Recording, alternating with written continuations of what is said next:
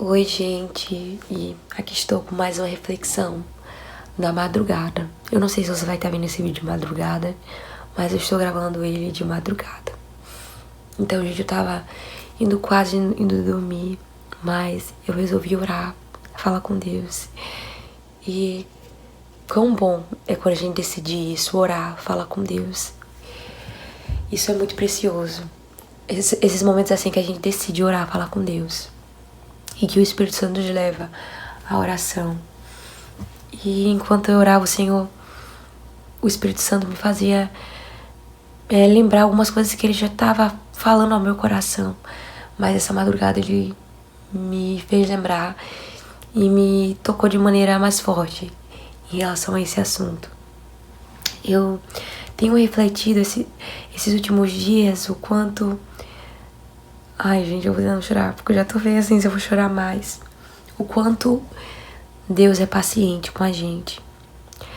Nós somos tão pecadores, tão falhos, e Ele é tão paciente com a gente. Eu tava pensando aqui, e esses dias, sobre o quanto nós somos impacientes com o nosso próximo. O quanto a gente rejeita as pessoas e falhamos com elas. Se a gente vê algum defeito em uma pessoa, se a gente vê o erro daquela pessoa, a gente quer se afastar, nós queremos excluir, nós queremos simplesmente deixar e já ficamos estressados e já pensamos mal e já falamos mal quando a gente vê um defeito ou um erro em alguma pessoa quando a gente encontra. E imagina só, se Jesus fosse assim, se Deus fosse assim com nós, se Ele visse os nossos defeitos, visse as nossas falhas e simplesmente nos rejeitasse, nos excluísse. Aquela pessoa ali tem aquele defeito, tem aquele erro, vou excluir ela, vou esquecer ela. Imagina se Deus tivesse feito isso conosco. Porque Ele te conhece, Ele sabe o teu coração. As pessoas não podem conhecer seus piores defeitos, o pior pecado que você já cometeu. As pessoas não podem saber a maldade que às vezes passa por nossa mente e nosso coração. Mas o nosso coração está diante de Deus todos os dias, a nossa mente, cada pensamento.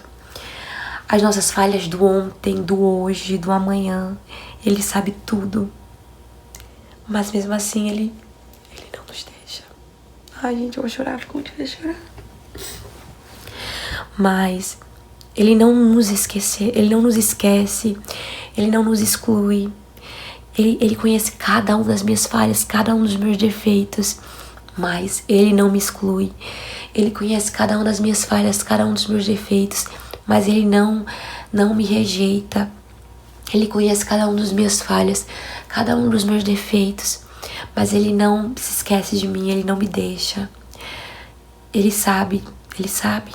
Assim como foi com Davi, ele poderia simplesmente Deus teve um plano lindo na vida de Davi. Escolheu ele para ser rei, ele era um simples pastor de ovelha, escanteado pela família. Mas Deus vai lá e chama ele para ser rei. E em meio ao chamado, Davi peca contra o Senhor, Davi falha, Davi comete adultério, Davi manda matar um homem inocente. Mas Davi volta o seu coração para Deus e reconhece o seu pecado e pede perdão ao Senhor e diz: cria em mim, Senhor, um coração puro, lava-me, Senhor. E o Senhor perdoa Davi, e o Senhor limpa Davi, e o Senhor restaura Davi. E assim é com as nossas vidas, quando nós estamos dispostos a reconhecer os nossos erros e a pedir perdão pelos nossos pecados e levamos as nossas falhas e abrimos nosso coração. Ele está disposto a pegar nosso pecado, assim como Ele vai dizer para Israel, e lançar fora o pecado, todo o erro. Ele está disposto a esquecer, sabe o que é esquecer?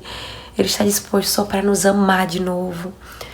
E não que a gente tem que se aproveitar do amor de Deus, da paciência dele viver pecando. Não. O amor dele deve nos constranger a viver uma vida santa. O amor dele, as marcas que ele tem até hoje na cruz, o seu sacrifício deve nos constranger a amá-lo ainda mais e a santificar o nosso coração e a santificar a nossa vida, porque Ele nos amou primeiro, porque Ele é santo. Então, assim devemos procurar viver com o coração puro, porque bem-aventurados limpos de coração, porque eles verão a Deus. Enfim, assim como Deus é paciente conosco todos os dias, Ele é paciente todos os dias. Ele está nos esperando a nos aproximarmos dEle, a nos achegarmos a Ele, a escolhermos. Ele já te escolheu, mas escolha Ele também. E escolha Ele todos os dias. E às vezes em meio à correria, a gente acaba se esquecendo do Senhor e deixando o Senhor. Mas que nós possamos escolher ficar, permanecer e estar com Ele todos os dias.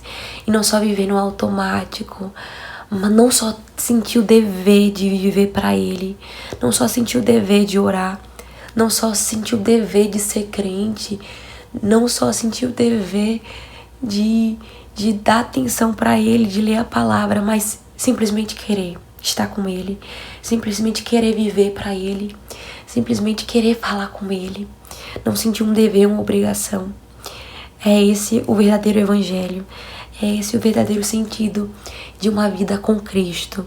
Não sentir o dever, não sentir a obrigação, mas simplesmente querer estar com Ele, porque Ele é bom, porque Ele é santo, porque Ele é tudo, porque Ele satisfaz a nossa alma, o nosso espírito.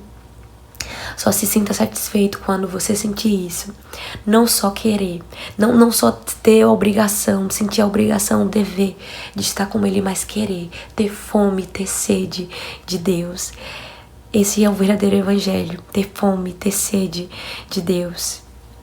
Que esse seja o seu desejo, que esse seja a minha vontade, todos os dias o meu desejo de querer estar com o Senhor, ansiar, assim como o salmista, lá no Salmo 42, que vai dizer: a minha alma tem sede do Deus vivo.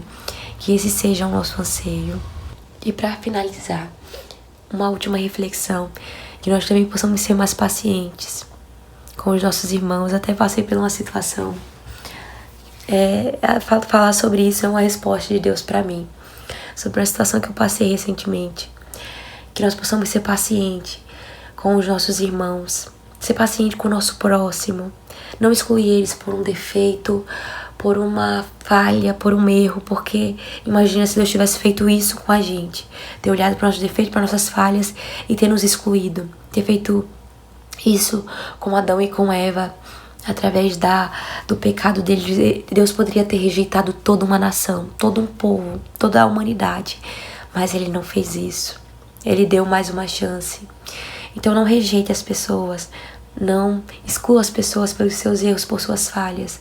Não que você tem que viver sendo um besta, uma tola, mas seja paciente como o Senhor é contigo. Lembre todos os dias que Ele é paciente contigo e seja paciente. Como a Bíblia vai dizer, suporte. O apóstolo Paulo vai dizer, eu acredito que é o apóstolo Paulo, suportai uns aos outros.